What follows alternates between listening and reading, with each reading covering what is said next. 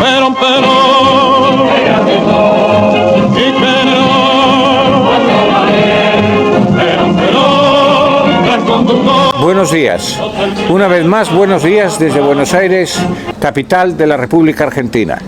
Nos encontramos en este momento en el barrio de San Telmo, el barrio más popular, más característico de la ciudad bonaerense, donde todos los domingos se monta un magnífico rastro, digo la palabra del Rastro de Madrid, un magnífico mercado de antigüedades, de libros, donde te puedes encontrar verdaderas antigüedades de un palacio real, libros de toda clase y cantidad de detalles y de recuerdos de Argentina y del resto del mundo. Demostración del esplendor que tuvo en su lugar y en su momento Argentina y propiamente su capital, que quieras que no agrupa gran parte de la población, y siempre se dice Buenos Aires, y quiere decir que Argentina es primero Buenos Aires y luego el resto, sin desmerecer cantidad de ciudades de la Pampa, del campo y de muestras características de esta gran nación.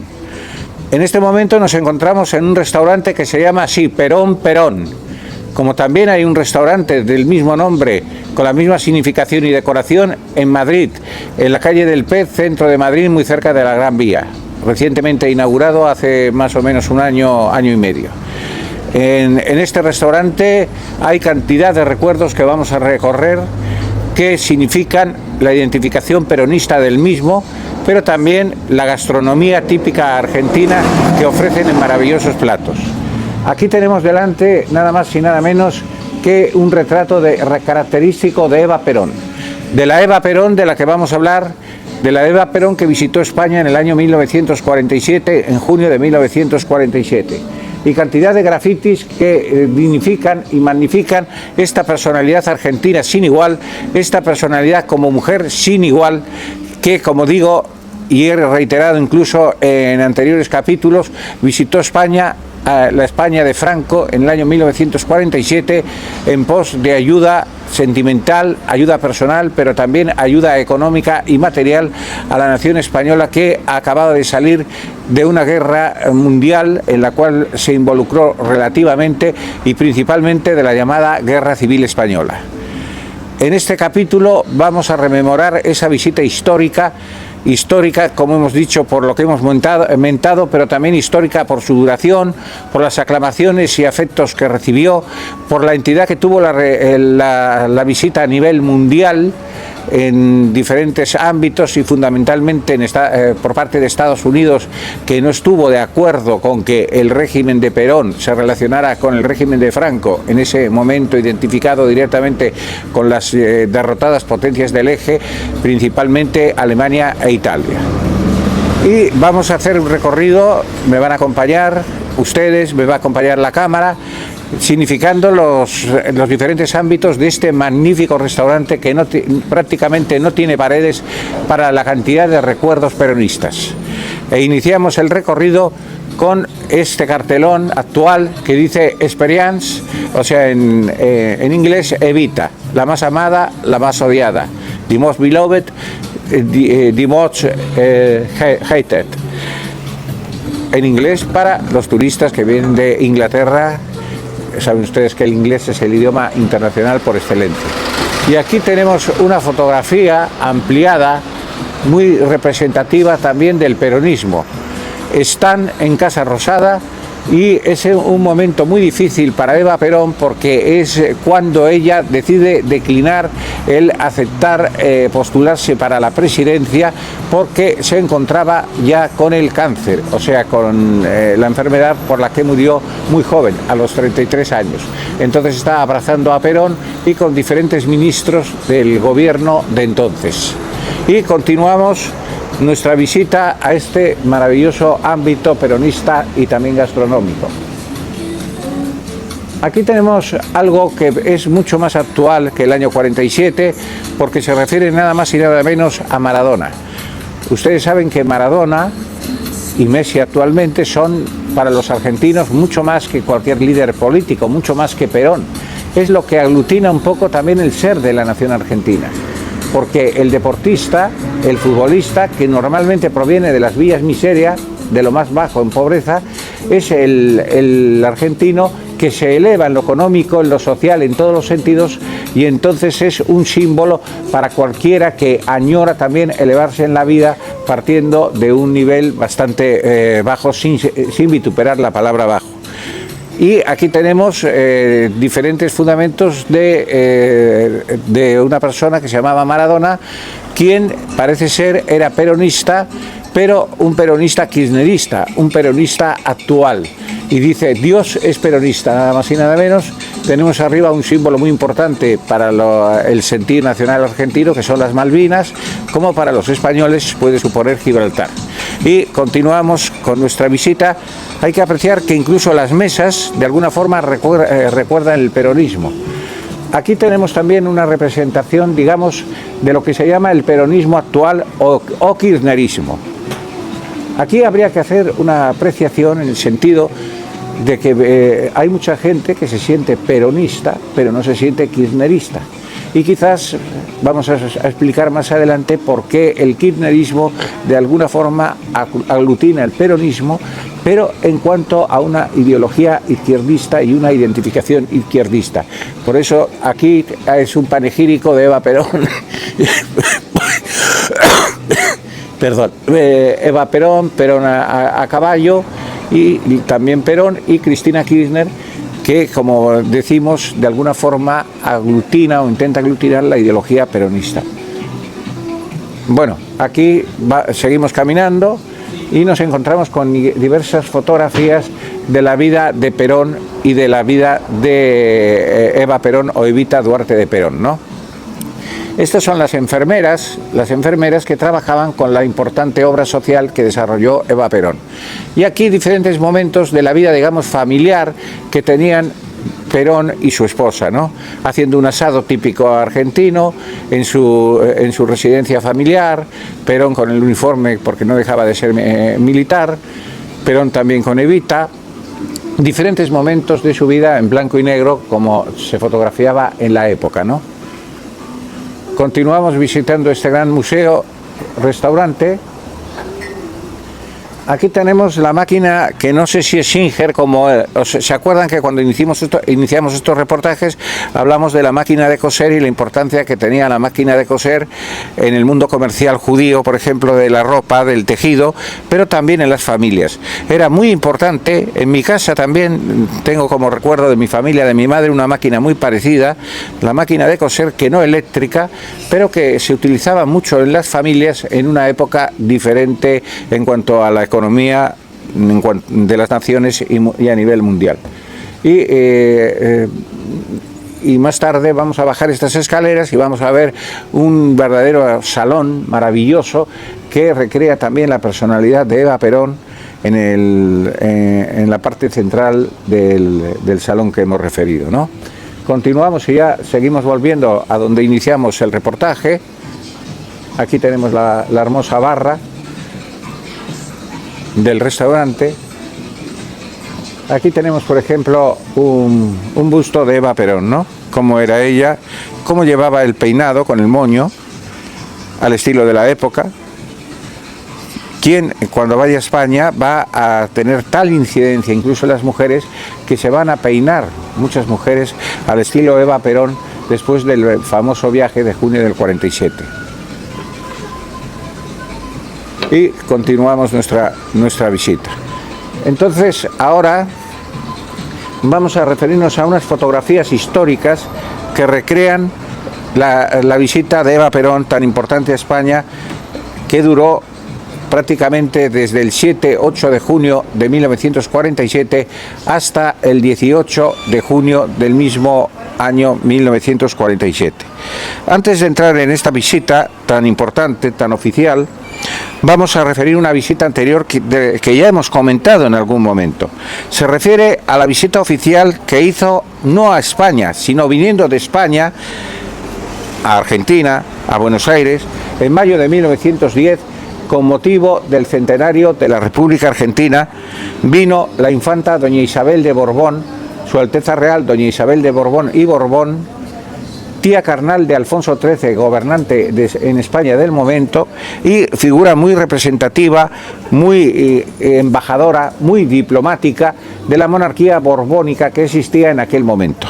Ella va a hacer este viaje oficial y aquí tenemos diversos momentos de encuentros acompañada por el presidente del momento, por ejemplo, visitando una estancia, visitando el Hospital Español y recorriendo tantos lugares que fueron emblemáticos en el momento histórico del centenario del primer grito de libertad por parte de Argentina respecto a España. Curiosamente es un viaje muy difícil porque España no había tenido relaciones muy cordiales con Argentina prácticamente desde el momento del año 1910, y entonces la infanta, con su simpatía, con su diplomacia, va a intentar recuperar esas relaciones y sobre todo adentrarse en el encuentro de multitudes, en el encuentro familiar, en el encuentro cariñoso con la emigración española. Referimos este viaje porque incluso en conferencias que he dado reiteradamente en España vinculo los dos viajes, aunque hay personas que vienen a decir que no tienen nada que ver. Bueno, yo llamo un viaje de ida y vuelta. El de ida cuando viene la infanta y el de vuelta que realiza Evita Perón también con el pueblo español, en este caso en Madrid. Y pasamos directamente en este libro magnífico de fotografías de Argentina a la visita española. Aquí a la izquierda, bueno, a la derecha viene la visita que hace a Portugal dentro del mismo viaje a Europa, que se titula genéricamente el viaje a Europa, con la parte muy principal española. Pero en la parte de la izquierda tenemos nada más y nada menos que a Evita Perón en el Palacio Real Español, con el generalísimo Francisco Franco y miembros de su gobierno, ayudantes militares a los que correspondía ayudar en esa visita al receptor, que era Francisco Franco. Francisco Franco está a la izquierda, como comentamos en una fotografía parecida, su esposa de negro, doña Carmen Polo de Franco. Y también está, lógicamente, Evita. Habría que comentar muchas anécdotas de este momento, muchas anécdotas del viaje. Primero, los antecedentes del viaje. El viaje se define en 1947. Ya llevaba más de un año gobernando la presidencia de Argentina el general Juan Domingo Perón. Evita ya era una figura prominente, no del gobierno, no ya como esposa, sino en cuanto a representar a los trabajadores, a los llamados descamisados, a las llamadas masas del justicialismo que gritaban Perón, Perón, la marcha peronista, que grande sos, mi general. Quiero decir que en ese momento de mitad del siglo XX es una líder, una mujer muy importante en el ámbito argentino, en el ámbito europeo y en el ámbito mundial, cuando no era lo normal que las mujeres tuvieran tal vigencia política, tal vigencia social, tal impronta y tal importancia como tenía Eva Perón. El viaje a España se define en cuanto a una relación cordial entre Argentina y España. Mucha gente que comenta que se define en cuanto a la hispanidad, el testimonio de hispanidad que defendía Juan Domingo Perón. Pero es muy principal porque, como hemos dicho al principio, no significa solamente un viaje oficial más o menos duradero, sino el establecimiento de una relación económica y social que era muy importante para la España de aquel momento, porque tenemos que referir que en el año 1946 España no es admitida en la ONU, en la recién creada Organización de Naciones Unidas. Aquella va a sufrir el cerco diplomático por parte de la mayoría de las naciones del mundo. España va a tener enemistad en aquel momento, no querida por España, pero sí querida por los que se enemistan, como son nada más y nada menos que Estados Unidos con el presidente Truman, no digamos la Unión Soviética, que se proclama vencedora o covencedora de la Segunda Guerra Mundial, y tantas naciones que consideran a la España del momento como una nación fascista, hablando genéricamente. Entonces, al considerarla de esa forma, no solamente hay la retirada de embajadores, sino por otra parte, el cerco económico, el cerco social, y no a Franco y a su régimen, sino al pueblo de España que sufría hambre, que sufría miseria en aquel momento. Y en aquel momento, principalmente, la principal nación que no nos dice que no, que nos dice que sí, que está con España, es la Argentina de Juan Domingo Perón. Por eso yo eternamente agradecido a ese testimonio por parte de Argentina, por parte de Juan Domingo Perón, por parte de doña Eva Duarte de Perón, ese testimonio efectivo de ayuda a España en ese momento tan difícil para nuestra nación. Esto que quede bien claro. Y que quede bien claro que todos los años, alrededor del 7 de junio, organizo, por mi parte, un ofrecimiento floral, un reconocimiento ante el monumento de Eva Perón en Madrid, que está en el parque llamado Eva Perón, cerca de la Plaza Manuel Becerra, si se sitúan en la capital española. El viaje, como dijimos, tiene muchas dificultades. De principio, cuando Truman se entera que Eva Perón va a viajar a España en ayuda de España, llama nada más y nada menos que por teléfono a Juan Domingo Perón y le dice que están totalmente en desacuerdo con ese viaje, que Argentina, si actúa de esa forma, se va a enemistar con Estados Unidos y con muchas naciones del momento, y de alguna forma intenta incidir para que no llegue esa ayuda, para que no llegue ese viaje oficial. Perón, que era un hombre muy locuaz, era un hombre con una inteligencia muy viva, responde a Truman en ese momento: mire usted, señor presidente de Estados Unidos, yo no me meto en lo que haga su mujer, usted no se meta en lo que hace mi esposa. Claro que, como comentaba yo recientemente con un argentino, esa respuesta viene también de un momento en el cual Argentina estaba llena de oro, llena de potencia económica e internacional, y no era un país, digamos, minoritario en cuanto al tú a tú con Estados Unidos. Era un país que podía tratar de tú a tú con la nación emergente y ya muy importante que se llamaba y se llama Estados Unidos después de la Segunda Guerra Mundial. Entonces, a pesar de esas incidencias, el viaje se hace. El embajador en España se llamaba José María de Ereilza, el conde de Motrico, un gran diplomático, no como los que hay ahora, que no son en su mayoría diplomáticos, sino son embajadores políticos del gobierno de turno, actualmente socialcomunista. Un hombre con una gran presencia, con una gran educación, pero que tiene esta anécdota con Eva Perón en los prolegómenos anteriores del viaje, ¿no? Resulta que va a visitar a Eva Perón con un asunto diplomático de España y Ereilza está esperando ser recibido por Eva Perón. Eva Perón demora el encuentro con Ereilza y lo tiene en la antesala. Y entonces, en un momento determinado, ante la insistencia del jefe de protocolo, que está el embajador de España, dice Eva Perón, hace una mención al embajador diciendo ese gallego de mierda, ¿no? Que se espere ese gallego de mierda. Gallego, bueno, lo estoy diciendo un poco en el acento bonaerense, ¿no? En el acento porterense, pero gallego, era la generalización de todos los emigrantes españoles, aunque no coincide exactamente porque la procedencia emigratoria fue de muy diferentes regiones o zonas, pero sí muy importante la emigración gallega. Y entonces él oye esa acepción y la responde directamente o indirectamente con el jefe de protocolo esta frase: el gallego se va, pero la mierda se queda. Sale un poco de la diplomacia, pero demuestra un poco, digamos, la forma coloquial de trato también que había entre los representantes de ambas naciones. Y podría contar también muchísimas más anécdotas de lo que supone el previaje, digamos, ¿no?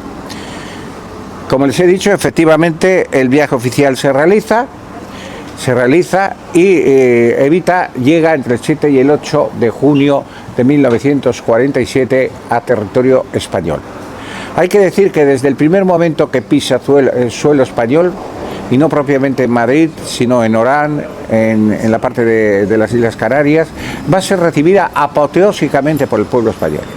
El pueblo español se va a dar cuenta de la importancia de la visita, de la importancia de la llegada de Eva Perón, y va a demostrar su conformidad con el receptivo del gobierno de Franco, en cuanto a agasajar a la esposa de Juan Domingo Perón. Cuando llega a Madrid, el acto más principal que se realiza es en la Plaza de Oriente de Madrid y se sitúa junto a Franco y otros ministros y otras personas importantes en el balcón principal del Palacio de Oriente. Decirles que el Palacio de Oriente es como la Casa Rosada aquí, que también tiene su balcón principal y su Plaza de Mayo. Bueno, en España es lo que se llama la Plaza de Oriente. La Plaza de Oriente en esa recepción va a estar a rebosar de gente. Existen filmaciones, existen fotografías que lo demuestran plenamente, que lo aclaran plenamente, ¿no? Y Eva Perón pues se va a encontrar en su momento porque era una mujer populista que se daba familiarmente a las multitudes, que le encantaba estar rodeada de multitudes. Entonces aparece en el balcón con Francisco Franco y ambos son aclamados por el pueblo de Madrid y otros que llegaron allá, ¿no? Después de estar en el balcón es cuando surge la recepción que hemos mencionado y que hemos visto hace un momento fotográficamente, ¿no? En esa recepción recibe una condecoración fundamental que es la Gran Cruz de Isabel la Católica. Franco da un discurso breve, él no era un hombre dado a grandes discursos, a gran oratoria, y ella responde con un discurso muy largo, fundamentalmente agradeciendo la condecoración en nombre de su esposo, Juan Domingo Perón, que era el presidente de la nación, y recordando los tiempos de Isabel la Católica, los tiempos de grandeza de España, los tiempos de la hispanidad, los tiempos del descubrimiento de América. Esto también nos significa que Eva Perón es un referente de mujer, pero muy diferente a lo que se llama hoy en día el feminismo actual, que quiere ser enarbolado en cuanto a una lideresa, entre otras, con Eva Perón. Cuestión de la que difiero y que podría argumentar y que quizás más adelante podré dar algunas puntualizaciones en cuanto a mi argumento, ¿no? Decir que Eva Perón está espléndida en el acto, pero quizás de alguna forma desproporcionada. Y voy a decir por qué. Como hemos visto en la fotografía central que aparece en el reportaje, Eva Perón está con un abrigo de piel, de una piel carísima entonces y carísima hoy en día, que se llama Marta Cibelina. Bueno, me parece muy bien, es una mujer, lleva un abrigo de piel, lleva joyas también. El momento también era de una lógica aplastante en cuanto a que la mujer principal, la mujer importante, tenía que demostrar, por lo menos en lo exterior, que era muy superior al pueblo, y el pueblo lo agradecía y les gustaba que sus ídolos, que sus referentes llevaran esas joyas y esos atuendos, pero el problema es que ella visita España en junio de 1947. Ustedes saben perfectamente que, entre otras diferencias horarias y temporales, resumiendo mucho, cuando en Argentina es invierno, en España es verano. En junio del 47 empezaba el invierno argentino, pero estaba ya en plenitud, de alguna forma, el preverano o el verano, o la primavera, o ya prácticamente el verano español. Entonces es una prenda que no es propia del momento. ¿Por qué lleva esa prenda? Porque intenta demostrar, a pesar del calor, porque hay una confusión en cuanto a las temperaturas de un lugar y otro, y estuvo mal asesorada. Hay muchas opiniones a debatir en este punto, que parece banal, pero significa un poco también lo que es la personalidad de la lideresa argentina, si me permite la expresión. Otro punto importante es cuando le dice a Franco en ese momento, viendo el esplendor de la plaza llena de gente: mi general, cuando quiera vuelvo y le vuelvo a llenar la plaza. Cosa contraria a lo que es la historia, porque sí que se llenó la plaza, por Perón, por Franco, por la ayuda, por la relación intrínseca e importante Argentina-España, pero es que Franco, antes de que llegase a España Eva Perón, después, hasta el momento prácticamente de su muerte, el 1 de octubre de 1975, llena la plaza apoteósicamente, más o menos un mes antes de morir, y a posteriori de morir, los franquistas continuaron durante varios años reuniéndose en la plaza, aclamando el recuerdo de Francisco Franco. Entonces ella se equivoca cuando dice eso, me parece en cierto modo una boludez, porque Franco llenó la plaza sin necesidad de Eva Perón, pero sí que existe la realidad que llena la plaza a rebosar el momento de la visita oficial. La visita oficial va a ser muy larga y no solamente en Madrid. Va a visitar gran parte de España. Voy a referir los principales lugares a los que acude, con una significación muy religiosa, porque era intrínseca también la religiosidad a su personalidad y a la personalidad de la España que la recibe.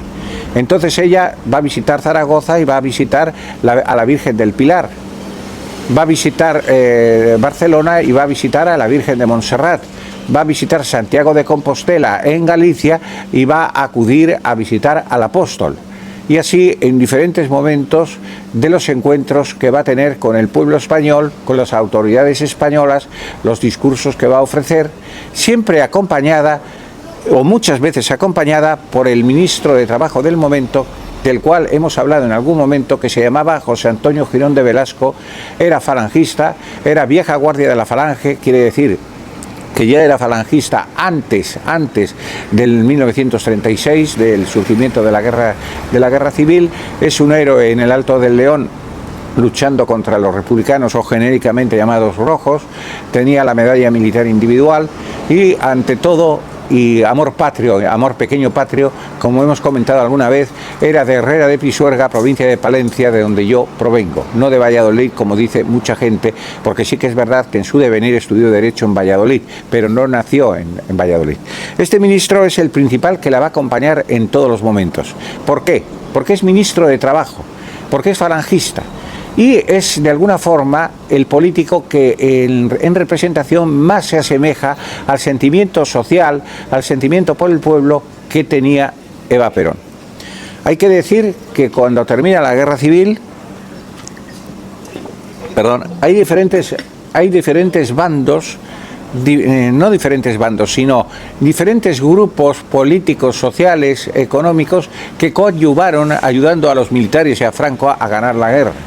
Genéricamente habría que decir que estaban los católicos, que estaban principalmente representados por lo que se llamaba el Requeté Navarro, que colaboró en la guerra, y estaban también los falangistas, y el grupo falangista era el grupo más social.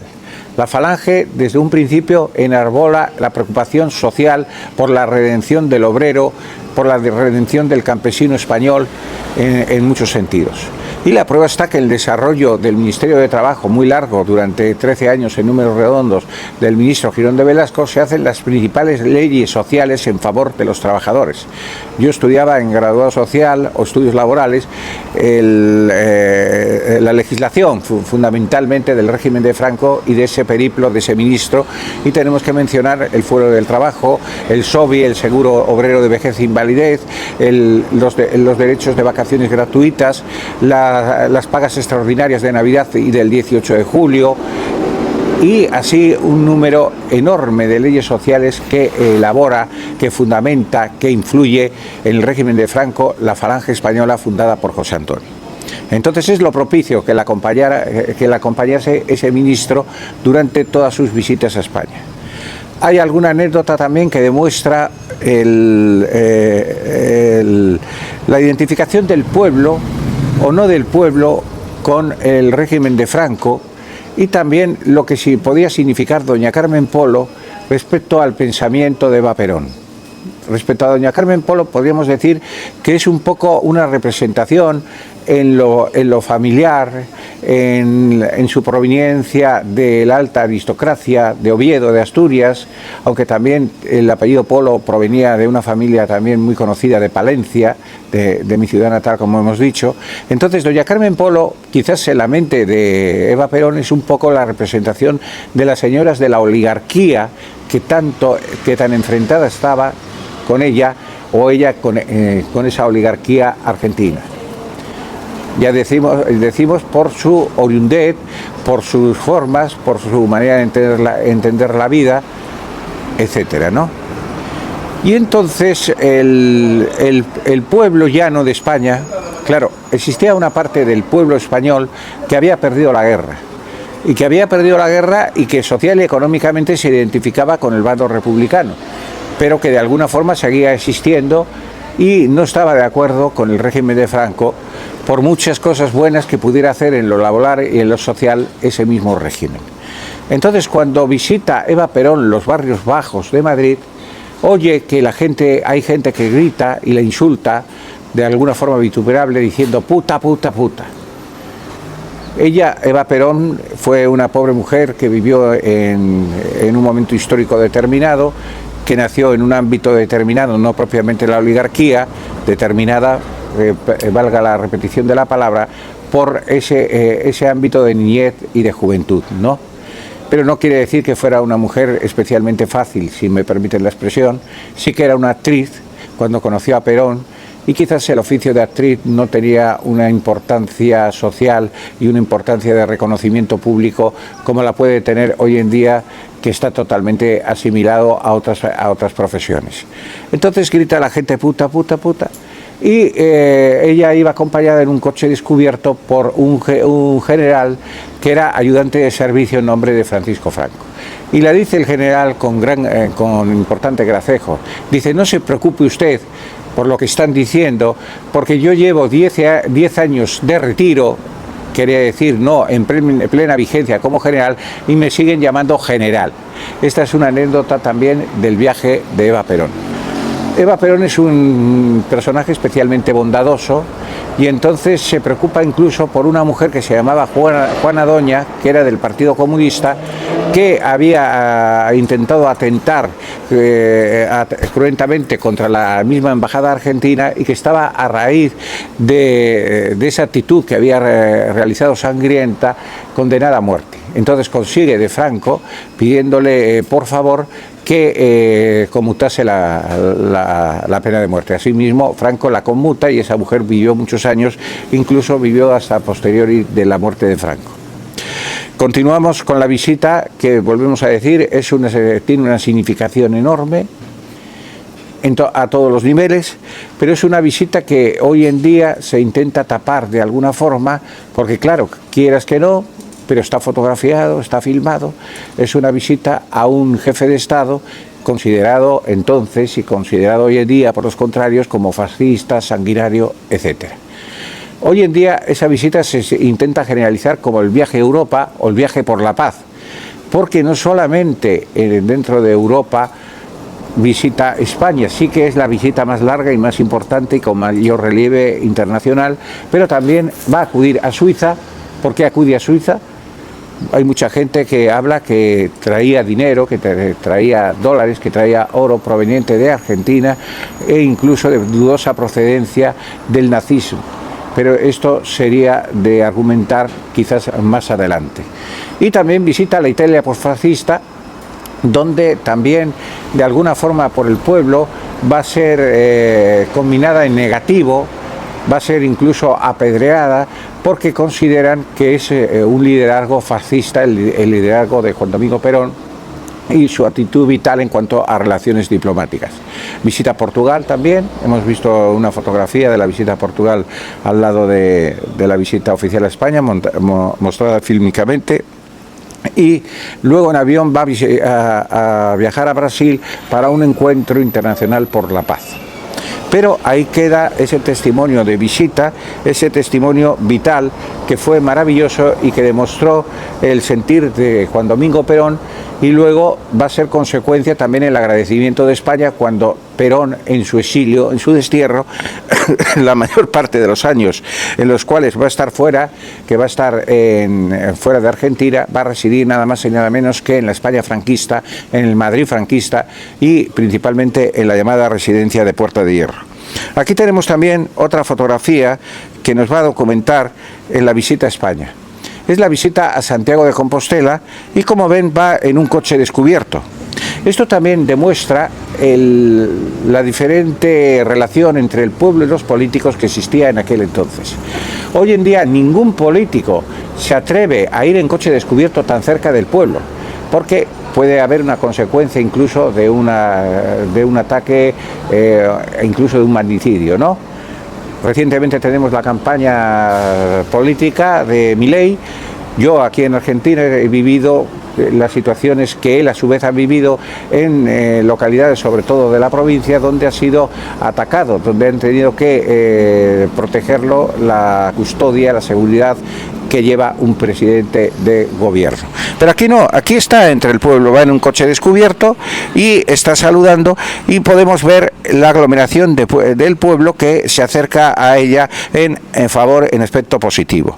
Se ve un poco la representación de la sociedad del momento. Tenemos a la Iglesia, hemos hablado del nacionalcatolicismo, de la Iglesia, de la identificación intrínseca de la Iglesia con el franquismo, por lo menos hasta el Concilio Vaticano II, y también varios militares con la gorra militar. Entonces, de alguna forma, es una muestra externa, una muestra fotográfica de lo que era la sociedad española y cómo reciben a Eva Perón. Esto es un testimonio más que puede aportar y se pueden sacar consecuencias. Y aquí he traído también el libro Yo, Juan Domingo Perón, relato autobiográfico, que supone la recopilación de unas grabaciones entonces en cassette en los años 60 en su residencia de Puerta de Hierro, donde él emite para una biografía sus recuerdos desde cuando era joven, desde cuando se hace militar, desde cuando participa en diferentes gobiernos de Argentina, luego llega al poder, luego viene el destierro, o sea, diferentes momentos de su vida, por lo menos hasta los años 60 del siglo XX. Y él tiene un párrafo muy importante en relación con España y con Naciones Unidas. Por defender a España, Perón se enfrenta con las Naciones Unidas. Dice así: llegará un momento en que se arrepentirán ustedes de lo que están haciendo con España, porque algún día la necesitarán.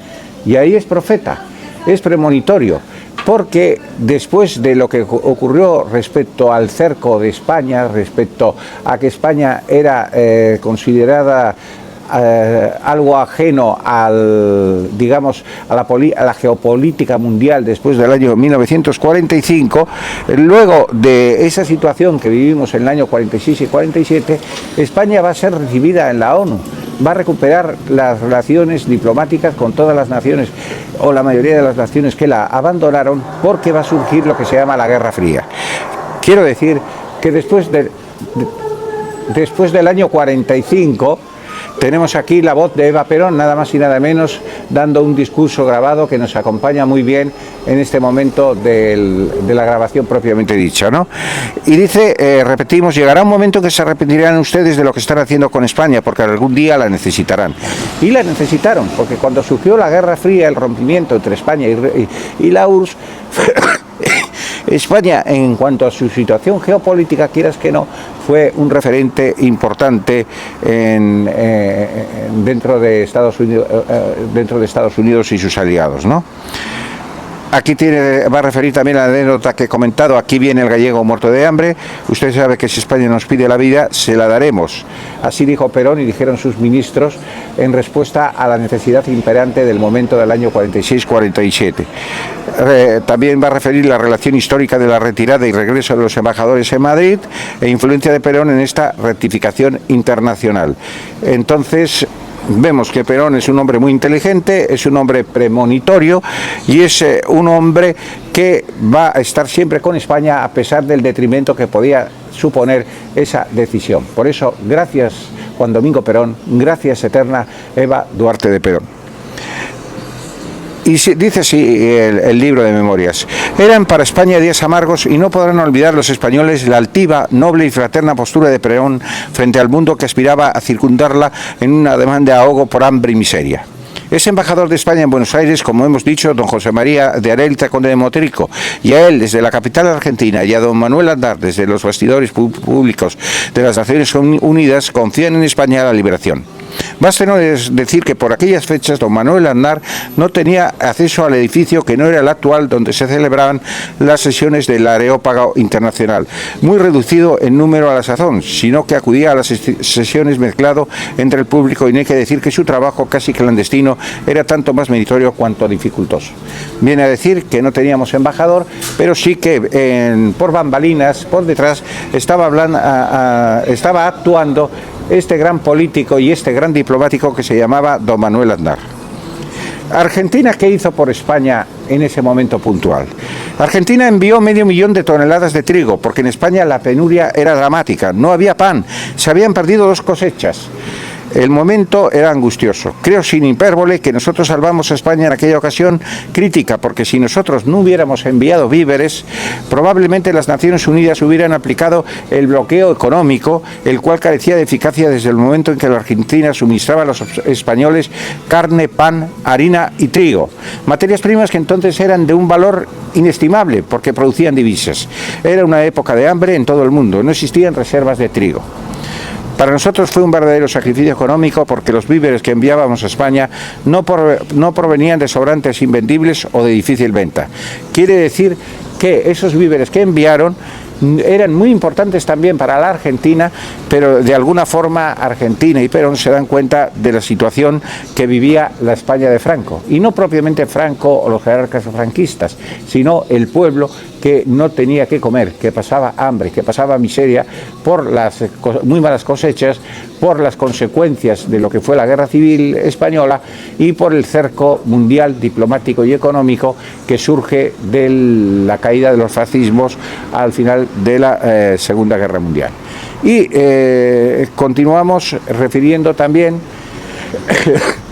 que, como hemos dicho inicialmente, esa ayuda de España supone eterna gratitud del pueblo español y supone la demostración a Perón en cuanto a que España está y debería estar eternamente agradecida y reconocida a la Argentina del momento y a Juan Domingo Perón.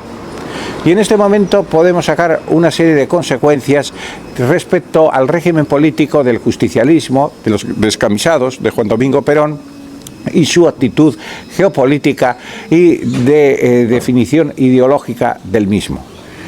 Decir que a mí lo que me sorprende mucho actualmente en la Argentina, que vivo con mi corazón, con mi ser y con mi presencia humana desde hace tiempo, que la vivo muy directamente, que no la ignoro en ningún sentido, es definir, a ver cómo lo puedo resumir a ustedes.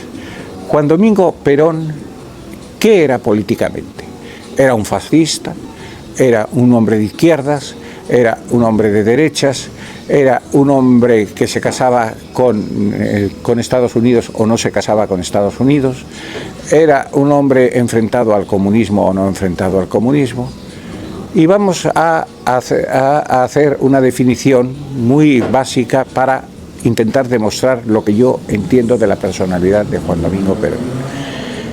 Hay un dicho muy español que dice: dime con quién andas y te diré quién eres. Y vamos a puntualizar una serie de momentos históricos del devenir político de Juan Domingo Perón. Ayer tuve la oportunidad de visitar el Museo del Holocausto aquí en Buenos Aires. Un museo que me encantó cómo está presentado, cómo está definido en diferentes fases de ese horror, de ese terrible crimen que ocurrió durante la Segunda Guerra Mundial y antes de la Segunda Guerra Mundial a partir de la Alemania nazi. Y aparece en ese museo, muy bien presentado como todo el museo globalmente, un recorte de prensa que viene a decir que el gobierno en el que participaba Juan Domingo Perón, el gobierno del momento del año 45, cuando tenía un cargo ministerial como más o menos ministro de Trabajo o secretario de Trabajo y Previsión Social, muy importante, ese gobierno no declara la guerra a las potencias del eje hasta 2 días menos de la rendición, 2 días anteriores, perdón, de la rendición de Alemania, de la rendición por parte de la Alemania de Hitler, ¿no?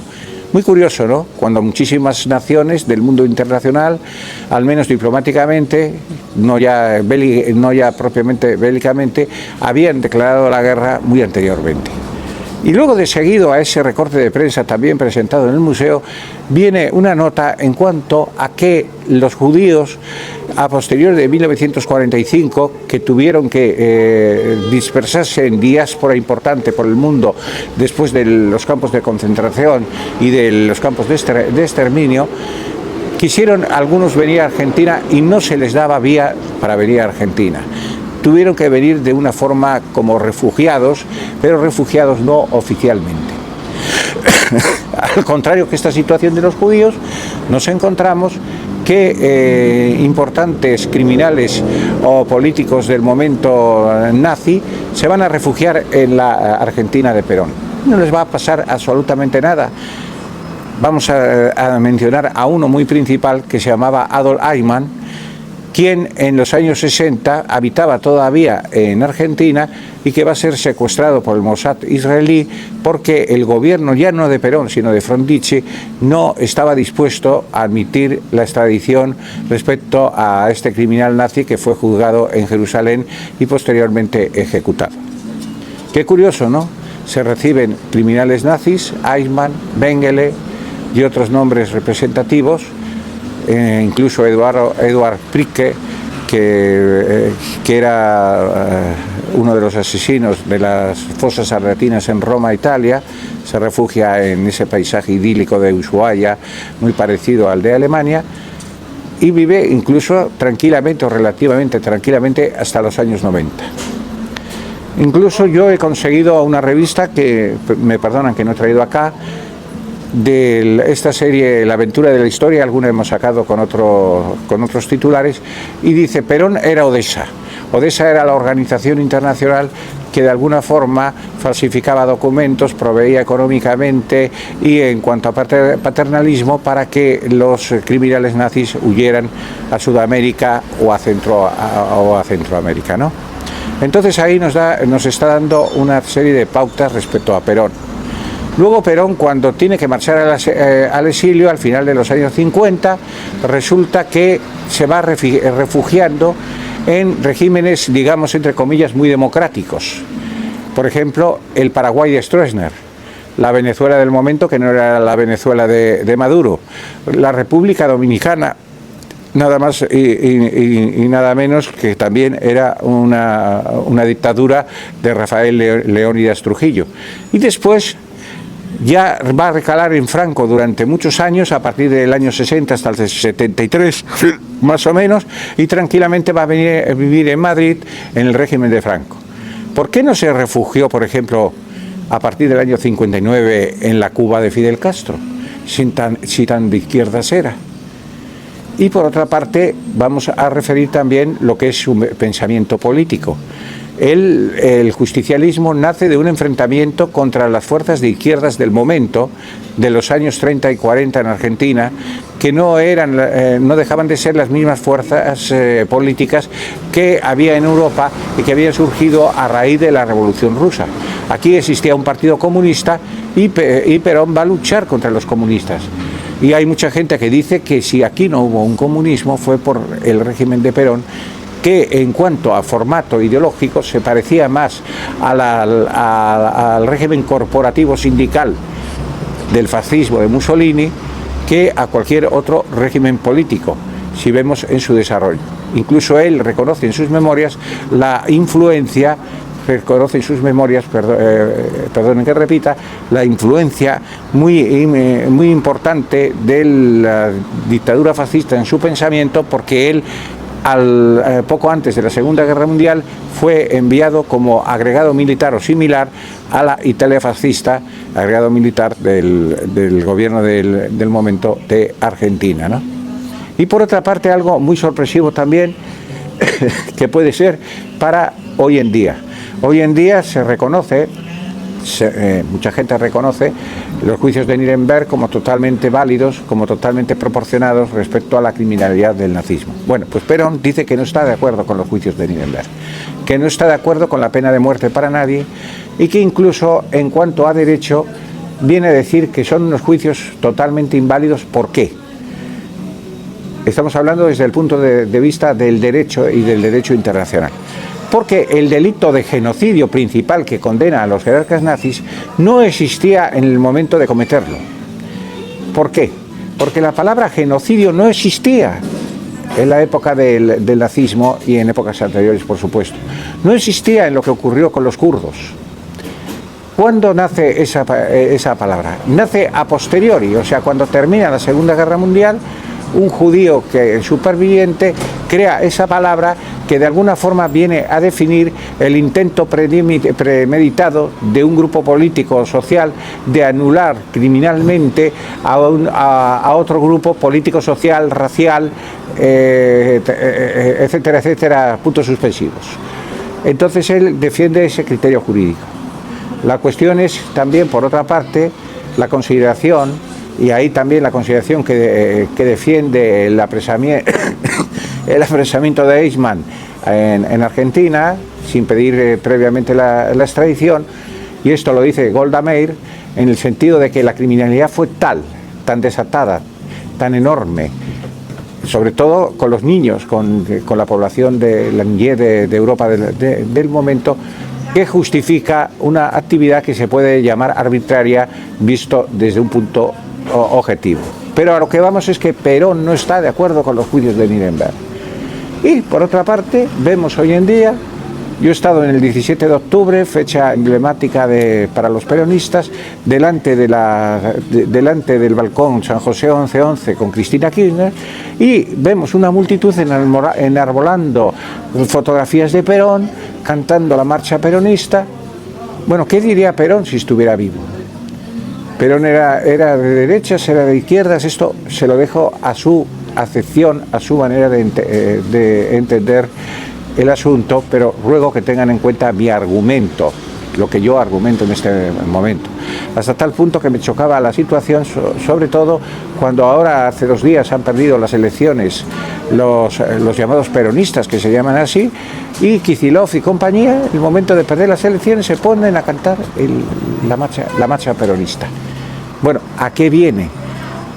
¿Quién representa hoy en día el ideario justicialista, el ideario peronista verdaderamente? En España, por ejemplo, lo que se puede llamar ultraderecha, que llaman genéricamente, que es el partido de Vox, no está de acuerdo con el peronismo. El partido de Milei tampoco está de acuerdo con el peronismo, pero para los contrarios es un fascista, es un ultraderechista. Bueno, ¿en qué quedamos? Nos perdemos políticamente, ¿no? Pero bueno, yo no me quiero perder en esta disertación, que no ha lugar, y la termino en este ámbito propiamente peronista, de recordatorio de Perón y de su vida. Aquí tenemos, por ejemplo, alguna fotografía, otras están tapadas por este cartelón también de Perón con Eva Perón. Hay que destacar una cuestión que a mí me gusta siempre muchísimo, no sé si ha salido alguna fotografía con perros, pero Perón y su esposa eran muy amantes de los animales. Yo soy muy amante de los animales y eso quiere decir que malas personas no eran. Genéricamente se puede decir que el que quiere a los animales son personas con un sentimiento, y a lo mejor parece extraño, con un sentimiento muy humano. Y cerramos el encuentro y damos preámbulo al próximo interview que vamos a tener, que va de alguna forma a referir con este libro de fotografías lo que era la España franquista. Y vamos a sacar de principio una fotografía que nos va a testimoniar también en cuanto al franquismo, la capacidad que tenía de recepción y de aceptación, no aceptación en este momento de esta foto, pero sí de recepción a los contrarios. Aquí nada más y nada menos que se está paseando por el centro de Madrid en los años 50 del régimen de Franco el Che Guevara, que era argentino, y al fondo tiene nada más y nada menos que el Arco del Triunfo que se fundamenta del triunfo franquista en la guerra 1936-39, que ahora tanto odian los contrarios a Franco y que incluso algunos quieren derribar en este momento histórico del 2025. Entonces, fíjense, el Che Guevara era un líder revolucionario cubano y se está paseando tranquilamente por la España de Franco. Y vamos a ir hojeando algunas fotografías más que nos pueden testimoniar lo que era la sociedad, lo que era el ambiente de aquel entonces. Esto era lo más representativo del régimen de Franco. Fundamentalmente los regímenes nacionalistas se identifican mucho con lo terrenal, con lo parcialmente nacional, ¿no? Y España, ¿con qué se identificaba?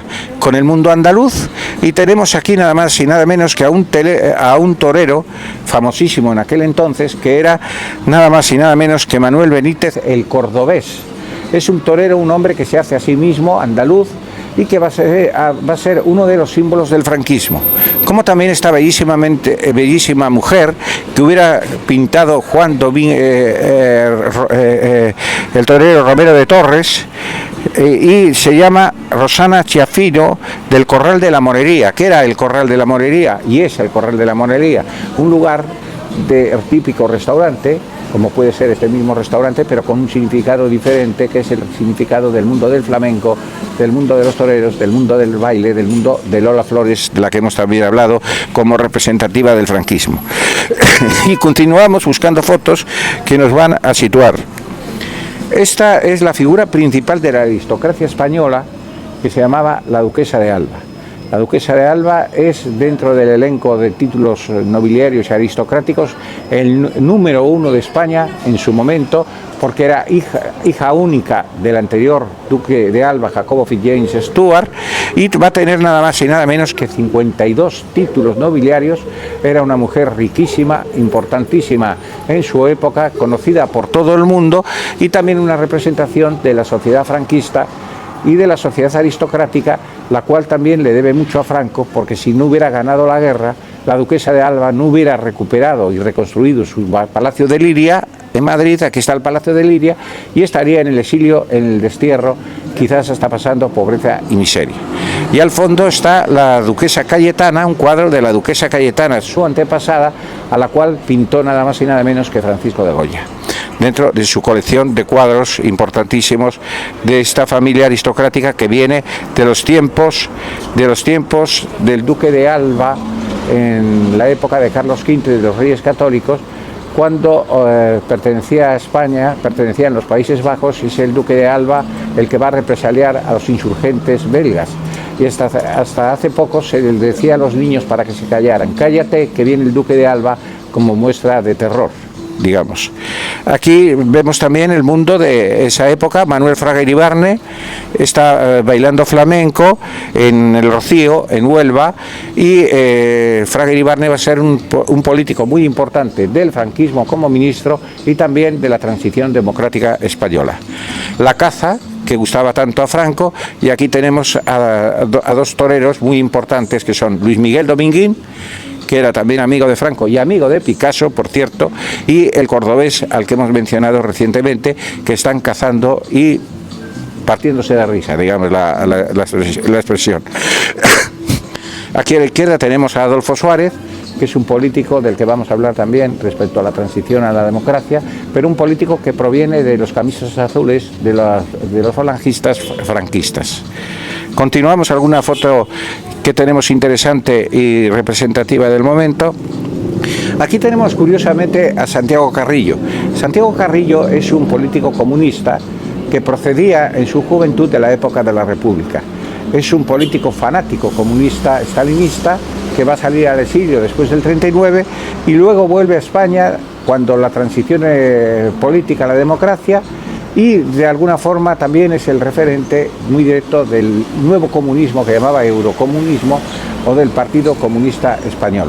Es un político muy odiado por las fuerzas de la derecha y las fuerzas franquistas, porque se le considera responsable de los crímenes de Paracuellos del Jarama, de los que hemos hablado brevemente en otro momento. Y aquí es curioso porque se sabe incorporar. El comunismo tiene una forma de actuar en cuanto a que utiliza diferentes formas con el mismo fin de ocupar el poder.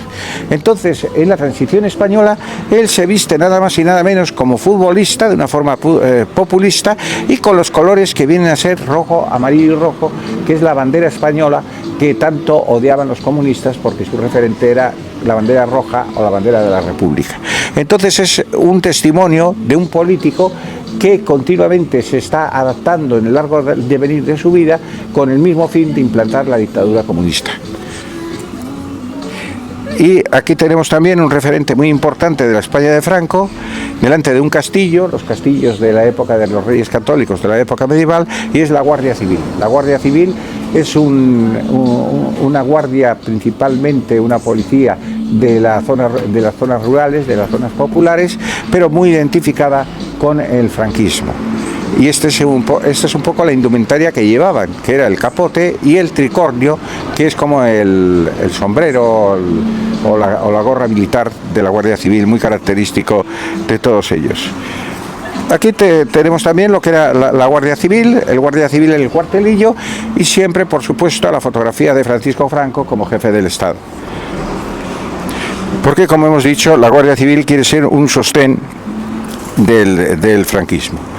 Y bueno, esto con estas fotografías quieren ser preámbulo del próximo capítulo en el cual vamos a hablar un poco a nivel genérico de lo que significó el desarrollo del franquismo a nivel económico, a nivel político y a nivel social en España, con diferentes momentos muy diferentes, porque no es lo mismo el franquismo que sale de la Guerra Civil Española, que durante la Segunda Guerra Mundial de alguna forma simpatiza o se ve obligado a simpatizar con las potencias del eje, el franquismo que surge con la ayuda de Perón a posteriori inmediato de la Segunda Guerra Mundial, con el cerco hacia España, el franquismo de los años 50, que va recuperando de alguna forma la economía en favor de la sociedad española, después de momentos muy difíciles, porque hay que reconocer que existía el extraperlo, que es una palabra que viene de Strauss y Perl, dos judíos que tenían un negocio que se llamaba de la ruleta trucada en la época de la República, y a posteriori se utiliza la palabra extraperlo en cuanto a la gente que negociaba con el hambre del pueblo, porque existían cartillas de racionamiento.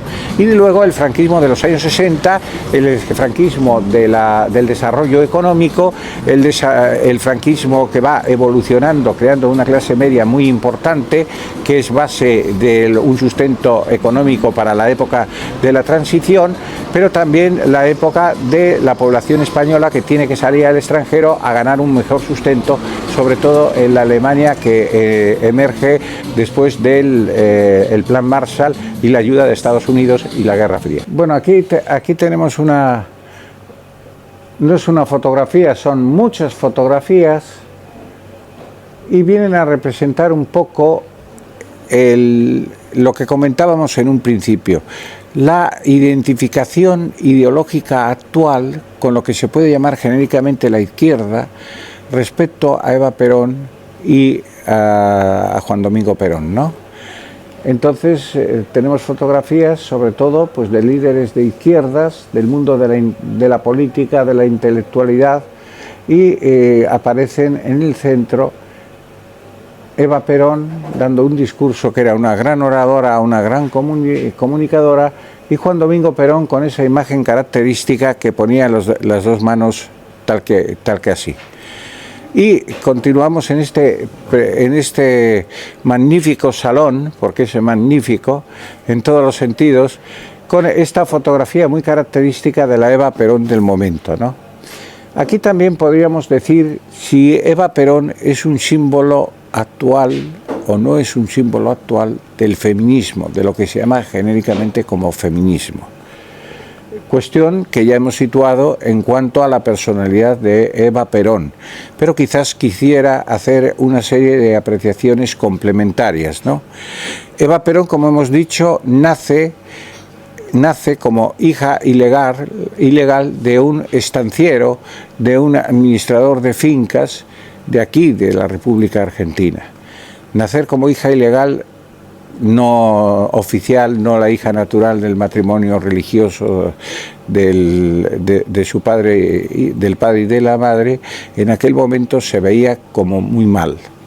Incluso se culpabilizaba, y entiendo que no al lugar, que no tiene ninguna significación real, se culpabilizaba al bebé, al hijo, de lo que habían hecho los padres, o en este caso el padre y la madre.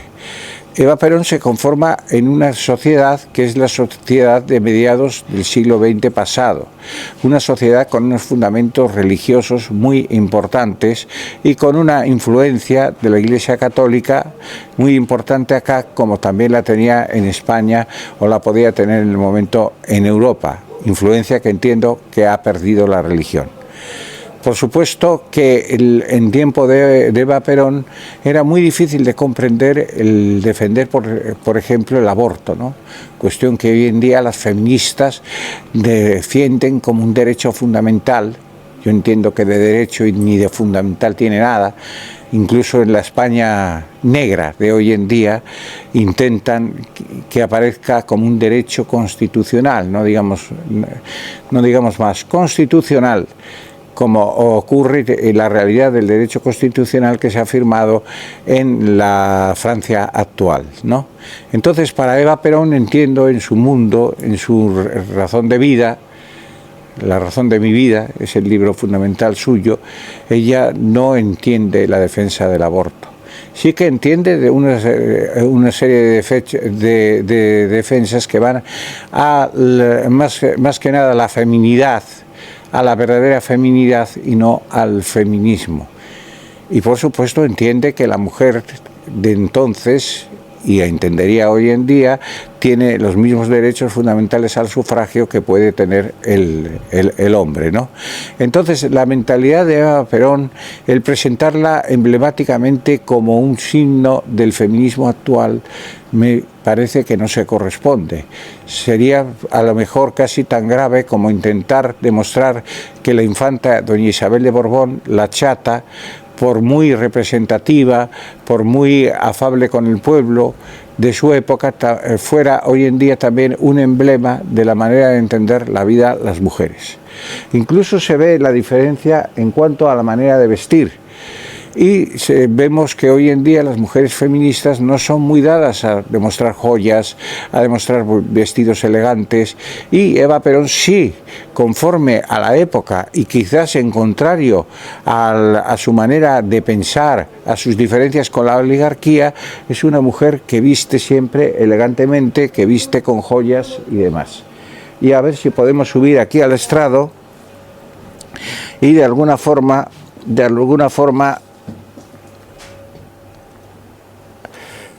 demostrar lo que estoy diciendo, ¿no? Bueno, aquí tenemos un retrato maravilloso de Eva Perón. Me figuro que este estrado está fundamentado respecto a idealizar su figura, ¿no? A representar lo que era en realidad su figura, ¿no? Entonces me voy a sentar aquí con ella en demostración de elogio, en demostración de que mi corazón está con la Eva Perón, que visita el Madrid, la España de 1947, con los condicionamientos económicos, históricos y políticos que tenía en ese momento. Y aquí, curiosamente, viene a representar también esta figura que, si no me equivoco, es Eve de Bonafini. Eve de Bonafini es una figura fundamental hoy en día para los movimientos de izquierdas, para el kirchnerismo, que, como bien he intentado defender, poco tiene que ver con el peronismo, y que representa la lucha de las madres las madres y abuelas de Plaza de Mayo, quienes se mostraban con el pañuelo blanco y también, incluso, como vemos, con el puño representativo de la lucha de izquierdas, en la Plaza de Mayo, reivindicando dónde estaban sus hijos y familiares que habían sido terroríficamente apresados por el gobierno militar, por el último gobierno militar que tuvo Argentina, ¿no? Los hijos normalmente estaban identificados con un movimiento de izquierdas que se llamaba Montoneros, que funcionaba a raíz de la Revolución Cubana, como otros movimientos de izquierdas revolucionarios, de forma también terrorista, para oponerse al poder del momento. Entonces, ¿por qué figura aquí Eve de Bonafini? Porque hoy en día, si vamos al centro universitario de Madres de Plaza de Mayo, en la Plaza del Congreso, se intenta identificar a Eva Perón con ese movimiento. Lo que habría que preguntar hoy en día, que no ha lugar, porque Eva Perón no puede responder, es si Eva Perón estaría de acuerdo con ese movimiento de montoneros. No estaba de acuerdo el Perón que vuelve en los años 70 a Argentina. Manifestación de esta expresión mía es cuando se opone al movimiento montonero, que aparece en Plaza de Mayo, y los echa de la misma Plaza de Mayo diciendo: esos imberbes que se estaban metiendo con su segunda esposa, Isabelita Martínez de Perón, ¿no? Entonces, esta representación, bueno, pues consideran propicio aquí en este ámbito expresarla en cuanto a escultura y en cuanto a figura, pero ustedes tienen que sacar la consecuencia si Eva Perón sería amiga de Eve de Bonafini. Y aquí tenemos pues la bandera argentina, muy representativa, con el sol. Y esto también es muy importante porque para los argentinos la bandera es fundamental. Y no ocurre como en España, que de alguna forma la izquierda no termina de aceptar la bandera roja igualda, que es la bandera de la España actual constitucional monárquica, pero para todos los argentinos la representación de la patria es la bandera azul y blanca con el sol no naciente, sino con el sol totalmente expresivo en su ámbito de tela, ¿no?